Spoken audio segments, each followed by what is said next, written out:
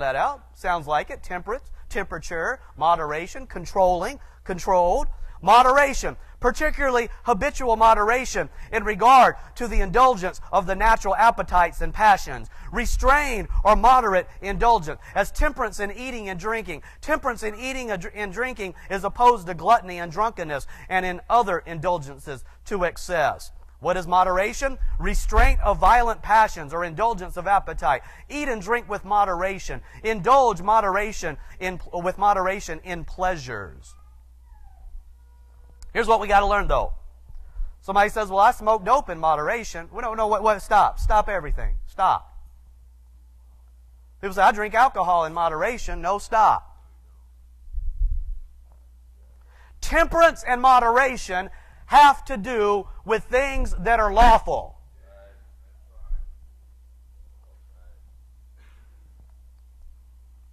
You should absolutely abstain from anything that is unlawful. Notice Proverbs 23. Look not thou upon the wine when it is red, when it giveth his color in the cup, when it moveth itself aright. That is when the grape juice becomes alcoholic. When the grape juice is fermented. The Bible says drink just a little bit of it then. Is that what it says? What does it say? Look not upon it.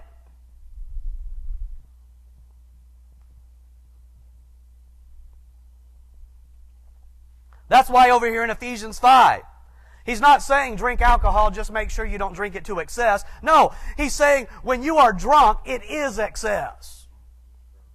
It means every area of your life is out of order. And that's the opposite of the Spirit-filled life. When God fills a person, the God who we see in Genesis created this world, the God who put every planet and star in its place, He's a God of order.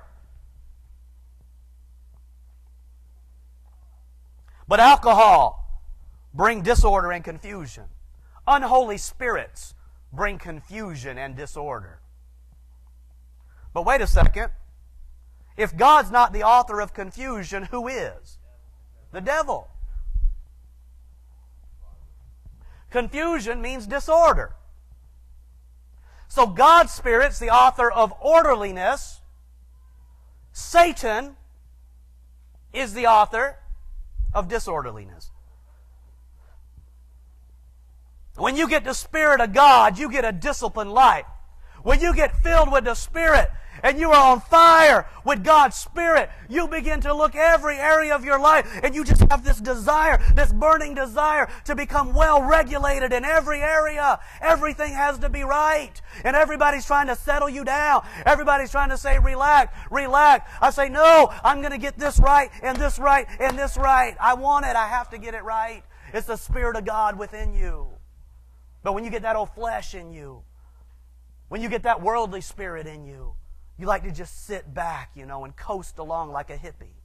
Just let everything be. Just let everything be. Coast on to the judgment seat of Christ. That's foolishness. It's time to get moderate, temperate, fired up in every area of your life. Well-regulated, disciplined. Quickly, I want to show you, with all of this background, some characteristics of drunkenness. And I want you to see how when you're filled with the Spirit, you're to be the opposite of these things. The point is to be filled with God's Spirit and avoid excess.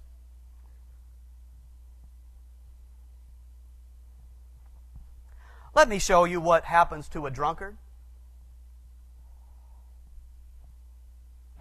Proverbs 23, verse 35.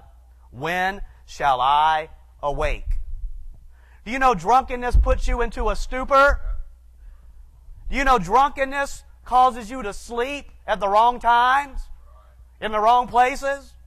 When shall I awake? Drunkenness shuts off your mind and puts you into a sleep. Is that what being filled with the Spirit does? When you're filled with the Spirit, your time is well regulated. You're not just sleeping all over the place at the wrong times in slothful ways. But a drunkard, he says, when shall I awake? He doesn't even know. Does he have a set time to awake? No, he doesn't even know, because he's a drunkard. But if you're going to redeem the time, you know when you're going to awake.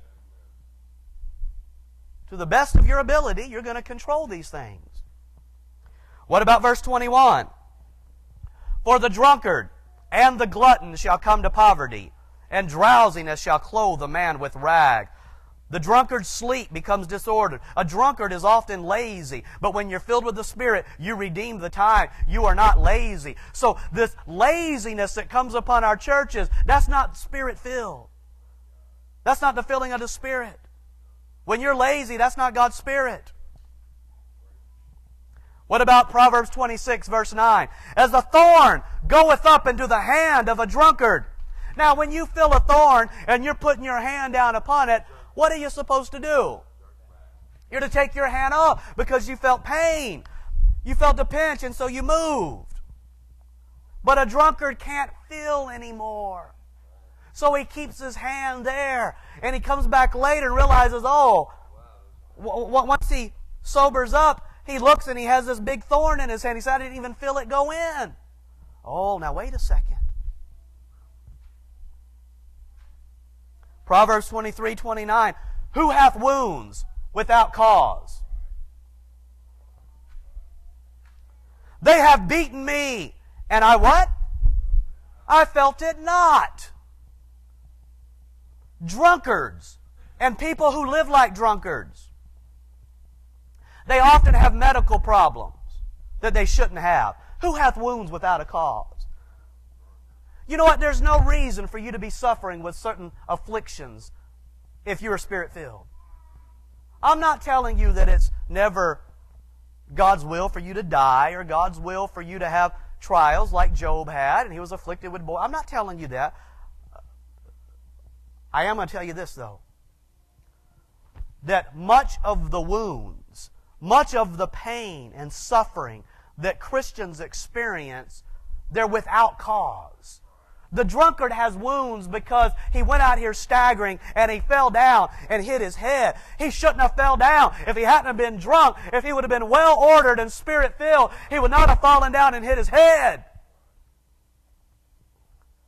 A lot of Christians have problems, wounds, afflictions, because you're just like a drunk. If you were Spirit-filled and you were well-regulated and disciplined in these areas of your life, you wouldn't have these afflictions. You say, well, I'm not getting drunk. Well, don't live like a drunk person. Because a drunk person doesn't read anything. He doesn't study anything. He doesn't care about anything. He just says, give me the Doritos and Twinkies and I'm just going to go at it. That's what a drunk person does. But when you're Spirit-filled, when you're a Christian, you're not to live like that anymore.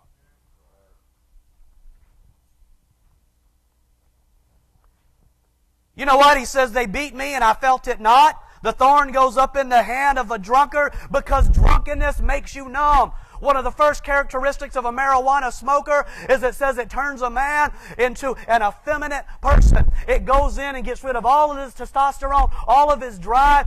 Alcohol does the same thing. You look it up. Alcohol and marijuana, the first thing they do to a man is get rid of every bit of drive he has to be responsible. And we know it numbs his brain. So what happens is, you're feeling the effects, the responsibility of having to meet the Lord. You feel the eyes of all of your brethren. You feel the responsibility, the accountability. But all of a sudden, you get drunk. What happens? You don't feel it anymore. You feel no pressure.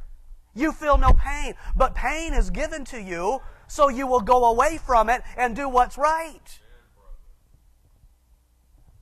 There are a lot of thorns that you would not have to experience in life if you would simply be aware and allow God to show you that this is wrong, this is wrong, this is wrong. But a drunkard turns his mind off. That's why men grow up as fathers and they forsake their children. And they live the life of a drunkard, forsaking their children. That's why God says when He comes, He's going to send a prophet to turn the hearts of the fathers to the children. See, you ought to care about your children. But a man grows up in the honky-tonks in these bars, and he doesn't feel it anymore. He says, I don't even feel it. I don't even feel the guilt. And when I do feel the guilt, I just take another joint or drink another beer. And then what happens?